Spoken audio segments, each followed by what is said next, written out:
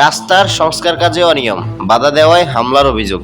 নোয়াখালীর হাতিয়া উপজেলার মেইন রোডের নির্মাণ কাজে অনিয়মের প্রতিবাদ করাকে কেন্দ্র করে জাতীয় নাগরিক পার্টি এনসিপির এক নেতার উপর হামলার অভিযোগ উঠেছে।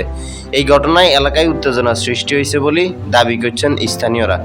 অভিযোগ অনুযায়ী সুকসার ইউনিয়ন এনসিপির সদস্য ইসমাইল হোসেন ও স্থানীয় কয়েকজন বাসিন্দা সড়ক নির্মাণ কাজে এবারে নিম্নমানের নির্মাণ সামগ্রী ব্যবহারের অভিযোগ তোলে গতকালকে কাজের প্রতিবাদ জানান।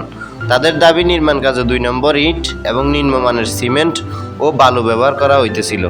বিষয়টি সংশ্লিষ্ট কর্তৃপক্ষকে জানানো হইলেও তারা কার্যকর ব্যবস্থা নেয়নি। পরে কাজের স্বচ্ছতা নিশ্চিত না হওয়া পর্যন্ত স্থানীয়রা সাময়িকভাবে কাজটাকে বন্ধ করে দেন। এই ঘটনার জের ধরে আজ নির্মাণ কাজের সাব কন্ট্রাক্টর এবং হাতিয়া পৌরসভা বিএনপির নেতা ইকবাল উদ্দিন রাশেদের ছোট ভাই রুবেল উদ্দিনের বিরুদ্ধে ধারালো অস্ত্র নিয়ে ইসমাইল হোসেনের উপর হামলার অভিযোগ আনা হয়েছে।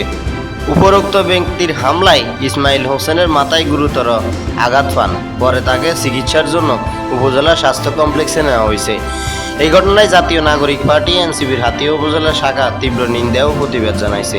সংগঠনটির পক্ষ থেকে সরকারি নির্মাণ কাজের অনিয়মের অভিযোগ তদন্ত, দায়ীদের বিরুদ্ধে ব্যবস্থা গ্রহণ ও হামলার ঘটনায় অভিযুক্তদের দ্রুত গ্রেপ্তার করে আইনের আওতায় আনার দাবি জানানো হয়েছে।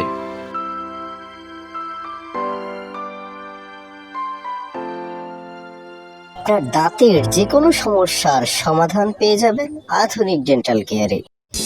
দ্বীপের হৃদয় 24, দ্বীপের মানুষের হৃদয়ের কথা কয়।